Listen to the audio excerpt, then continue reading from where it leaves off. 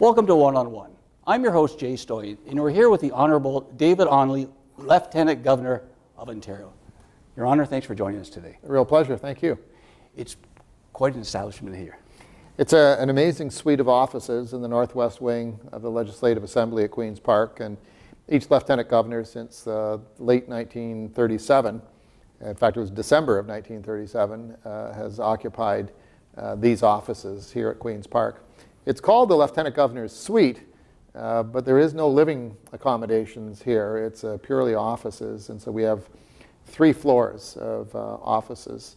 And we're on the main level now where most of the public entertaining takes place. Dining room, a drawing room here, and yeah, the atmosphere is amazing along with the trees. So we're here the Christmas season. So what we'd like to do with Your Honor is actually talk about the present and then take it all the way back to the past, back to the days of Midland and Scarborough. Mm-hmm. But why don't we start with this? Can you tell us a little bit about your interactive and your involvement with the Queen as a representative? Well, the role of Lieutenant Governor is that of the Queen's representative in the province of Ontario.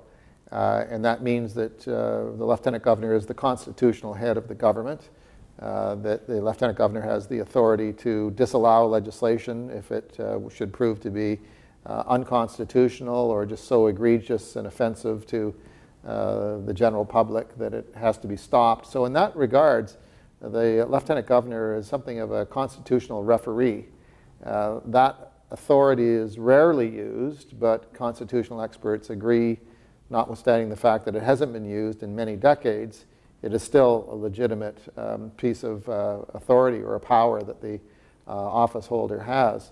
And as a result, I think it makes us one of the better systems of government, constitutional monarchy, parliamentary democracy, because it means that if there ever was a day that a government would do something that was so offensive to fundamental rights and freedoms, there is a constitutional authority who has the capability of putting a stop to it.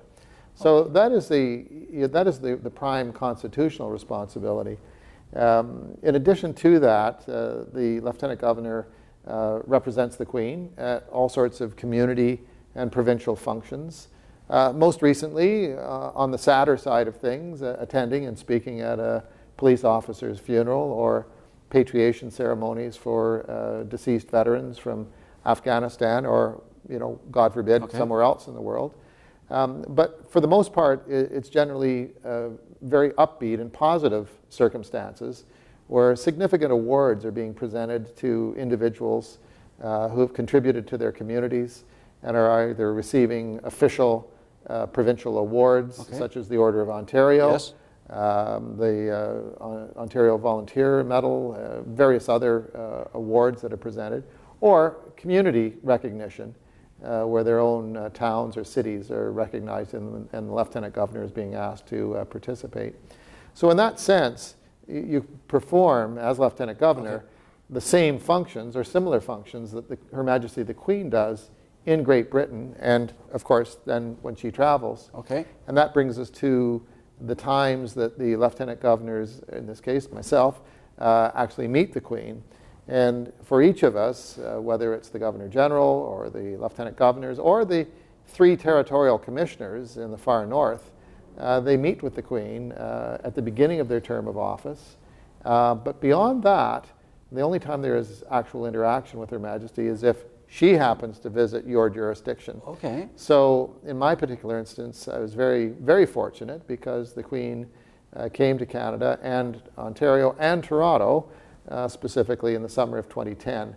And over 4 days, there were 5 different functions that we attended with her, including a tour of the suite here at Queen's Park. The significance of that being that it was the first time since the great royal tour of 1939 that a sitting monarch had actually come right into the suite of offices here. So it was quite an historic moment. That must have been exciting. It was. Can you tell us a little bit about the Queen, like the interaction with the Queen or with herself? And was there the aura around that people have said? Well, definitely. There is no question.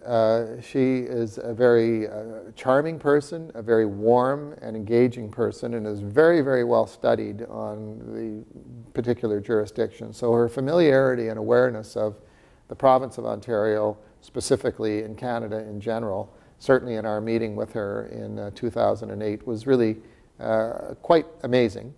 And similarly, during the times that we had to chat here in 2010, also showed quite an awareness of Ontario that she had on her part. And I assume that would be one of your highlights of your career, if not your life in general? Yeah, I mean, definitely.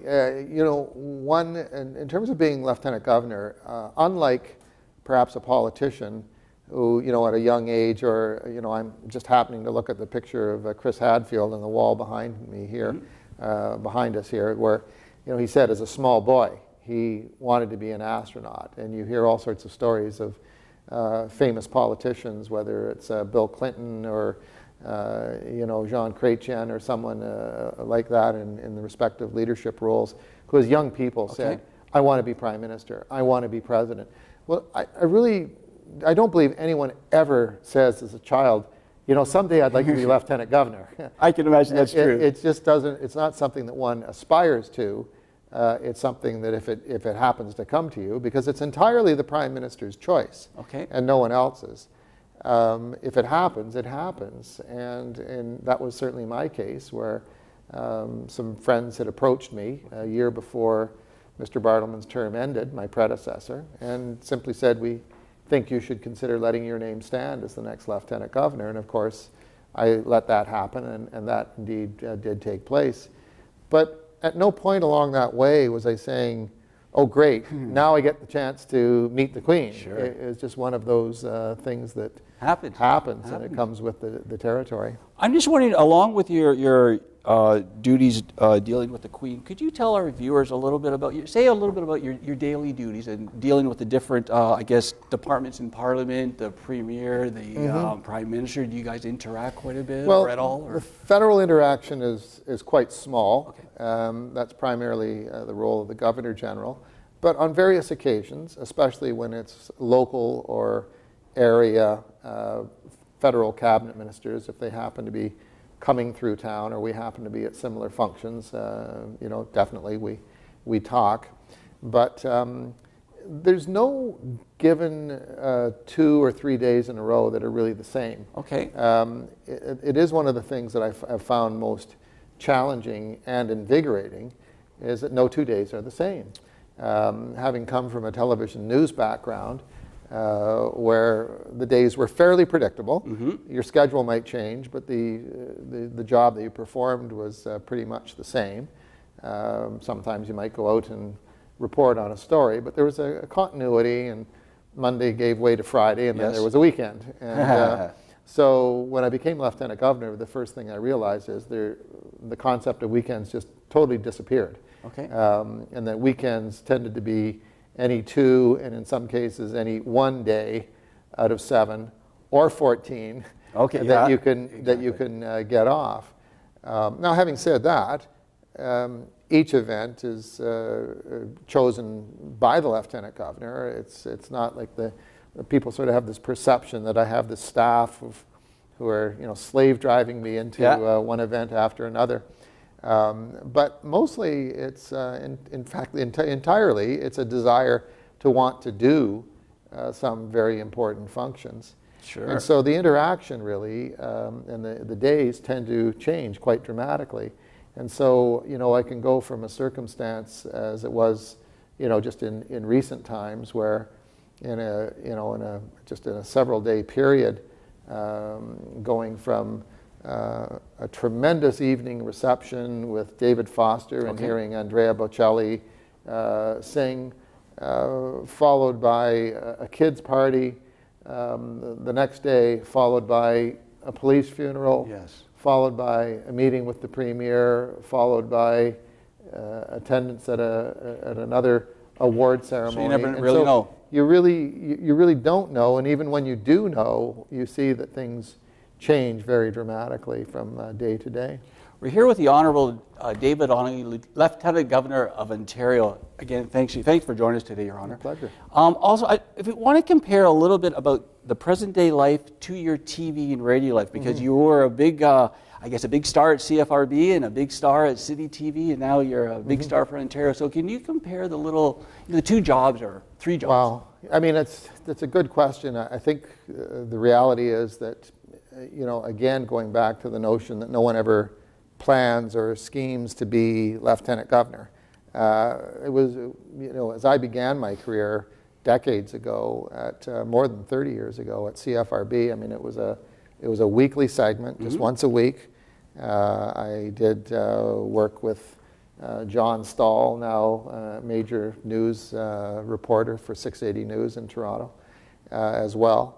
But John and I worked at CFRB shortly after my marriage. I filed reports for a weekend news show. That led to a position at the no longer operational CKO, the Radio News Network, that probably would have succeeded had computer technology existed as it does today. Back in the mid-'80s, it was just not capable of running a network back then.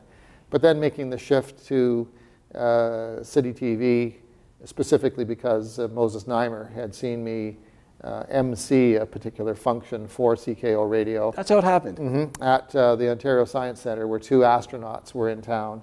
And it was a large theater filled with space enthusiasts, and I interviewed the astronauts, one American, one Canadian, and he liked what he saw. Right place, right time. Right place, right time, but he knew it then that he wanted to hire me, but it was another 9 months before a position became available. And so that I didn't know at that time that he had already made up his mind.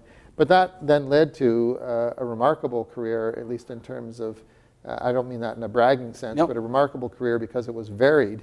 I started off as weatherman for 5 years, then did breakfast television for 5 years as the morning news anchor. I remember. Then was the education reporter for 5 years. And so 3 very, very different responsibilities, followed by my final positioning with the move over to CP24, the All News channel, along with producing a space science and technology show.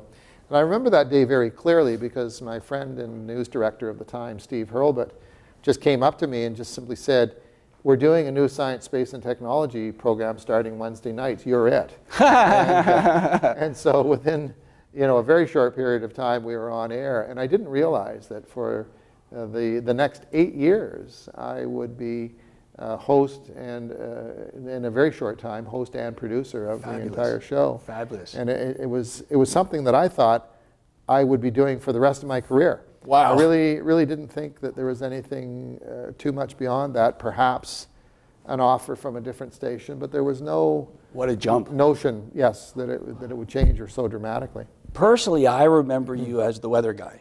Because I remember you on City, and I remember, again, you were, I don't think you had this scooter, but you were, and I remember watching it, and it really was a light bulb in my head, because as a person with a disability myself, when you see somebody on TV with a disability, I'm thinking, wow, like a whole new world kind of opened up for myself and other people that I associate with disability. So I have to congratulate you and thank you for that.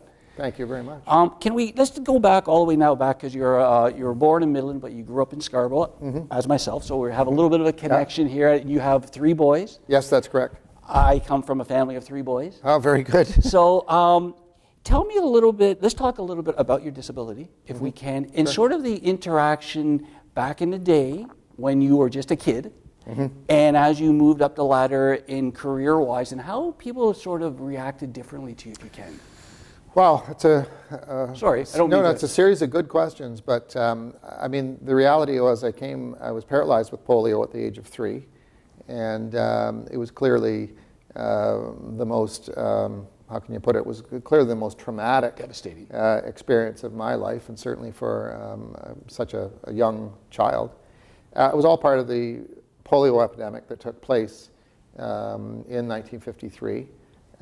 Jennifer Wells of the Toronto Star has written an excellent 8,000-word ebook about that, called that Polio Summer, where she traces the the impact of that summer on me and a number of other people of a similar age who were stricken with it during the mid-50s, just prior to the development of the polio vaccine. Okay. But it was far enough away that I never looked at it and thought, gee, if only I'd gotten if only it'd been another month or something like that, because it was a couple of years before the vaccine. So there's never any sense of being the last soldier in a war to die. Or something. Yeah. Mm-hmm. But I think, and I know that my doctor said this in terms of two things that happened. One was that my parents chose to put me through aggressive physical therapy, which was enormously painful. I can imagine. But it created a degree of recovery that I otherwise would not have had. Because of that, it really gave me, I'd like to say, as much as one could say, a really normal childhood, the eldest of 5 kids. Okay. My parents treated me as much as they could like my siblings. And I think I got spanked just as often, put to bed early just as often, that sort of thing. But it was a very happy and supportive family environment. So I didn't really grow up thinking of myself as disabled. Okay. And even though clearly I was. Okay. And required all sorts of surgeries at the age of 9 and at the age of about 8. And again at age 12. Okay. And which was when braces were prescribed for me, long leg braces. And so I always maintained quite a mobile lifestyle. But, the reality is people stare, people look. Yes. And, when I got into television, people continued to stare and look. But this time it was because I was being recognized as the TV personality as opposed to that person over there with the disability. You almost flipped. Very much so. And so it's not something I've dwelled on, but, there's a delightful kids book out explaining disability, and it's called Different is Just Different. Okay. And it explains to kids at sort of the grade 2 and 3 level that people are different in our culture. And one of the differences, it can be different color, it can be different height, different size, different weight, and also different degrees of mobility, and different is just different. There you go. It's not better, it's not worse. And if I recall, didn't you do the speeches from the throne in your braces? Well, I've always worn braces, so in terms of standing, at least since I was 12. I have found for this position as Lieutenant Governor, I've used the scooters far more often than I was back in my city TV days. But it's more of a function of security in crowds, as opposed to any specific need. Because I still am quite mobile, but I also find that by using the scooter, it's energy conserving for me and for many other people who use scooters. But there's a balance there because you need to be active as much as you possibly can. And sometimes I just have to remind myself, just get up and walk from here to there. Don't just ride because it's easier. Well, thank you, Honor. A couple more questions and then we'll let you go. Quickly, is there any people that have inspired you throughout your life that you just hold on to right here, say, that you could... Well, as a kid, being a big sports fan, I admired Johnny Bauer as a goalie. This was back in a long ago time when the Leafs won the Stanley Cup on a regular basis. But, seriously, as I became older and got into my 30s and really was then confronting the reality of being a person with a disability trying to make their way in the world in terms of building career, definitely...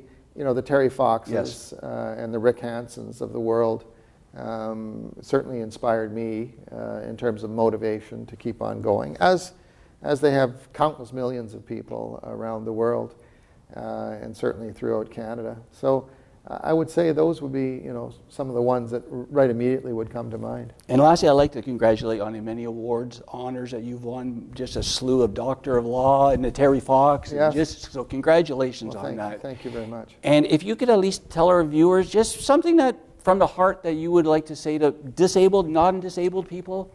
Well, I think we've, during my term of office, and not just what I've been speaking about, but I think in general, there is a greater awareness and a continually growing awareness that people with disabilities have a positive role to play, not just out there with scooters and walkers and wheelchairs and canes and white canes and the whole range of disabilities, not just out there as consumers in the shopping malls and the plazas, but increasingly in the workforce. That's great. And that it's still an area, it's the final barrier in our culture, in our society, that is yet to be broken. All other minority groups, however you define them, have gone through the process of a degree of discrimination, sometimes very overt, sometimes very, very subtle. But each of these groups have worked their way through the structure and the hierarchy of our culture and our society to be fully functioning and employed members, where their employment statistics are virtually the same. The one remaining exception in our society is that of disabled people. And that's what we're trying to do. And that's what we're trying to do. Exactly. And by virtue of the fact that you with your disability are gainfully employed, that I with mine are gainfully am gainfully employed, I hope becomes an inspiration to people. It doesn't reduce the barrier and barriers, plural, that disabled people face in terms of employment, but hopefully, and I believe by leading by example and being good examples for employers, that increasingly they will see there is no such thing as a labor shortage. It doesn't exist in our culture. There are, however, 795,000 adults of employable age, skills, and talent who want to work but are currently on government assistance only because employers, too many of them, think there's a labor shortage.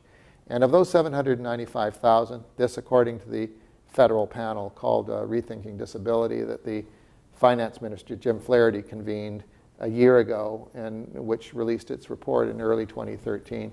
Of that 795,000, 340,000 are recent college and university graduates who now are trained, are able to work, who want to work, but are living on government assistance. And so when I hear an employer complain that there's a labor shortage, I respectfully say nonsense. It doesn't exist. What that employer has failed to do has failed to reach out to the different agencies, failed to reach out to your channel, for instance, failed to reach out by calling the office of Lt.Gov, or any one of a number of social service agencies within our culture, whether it's the CNIB or just name the organization, to say, we have need of qualified workers, who do you have? And they all have lists. It could be linkup.ca, it could be joininfo.ca. I mean, there's a whole range of these groups and organizations. I cannot thank you enough. Coming from a person like yourself, it's going to resonate because we're trying to beat this drum, but we need all the support. So for you to take the time today, Your Honor, we are much, much appreciated. Again, I'm here with Lieutenant Governor of Ontario, David Onley, Honorable. I thank you again, sir, for taking the time. Again, I'm Jay Stoyan for One on One. We'll catch you next time. Thank you, sir. Thank you. I really appreciate it. You're very welcome. That was,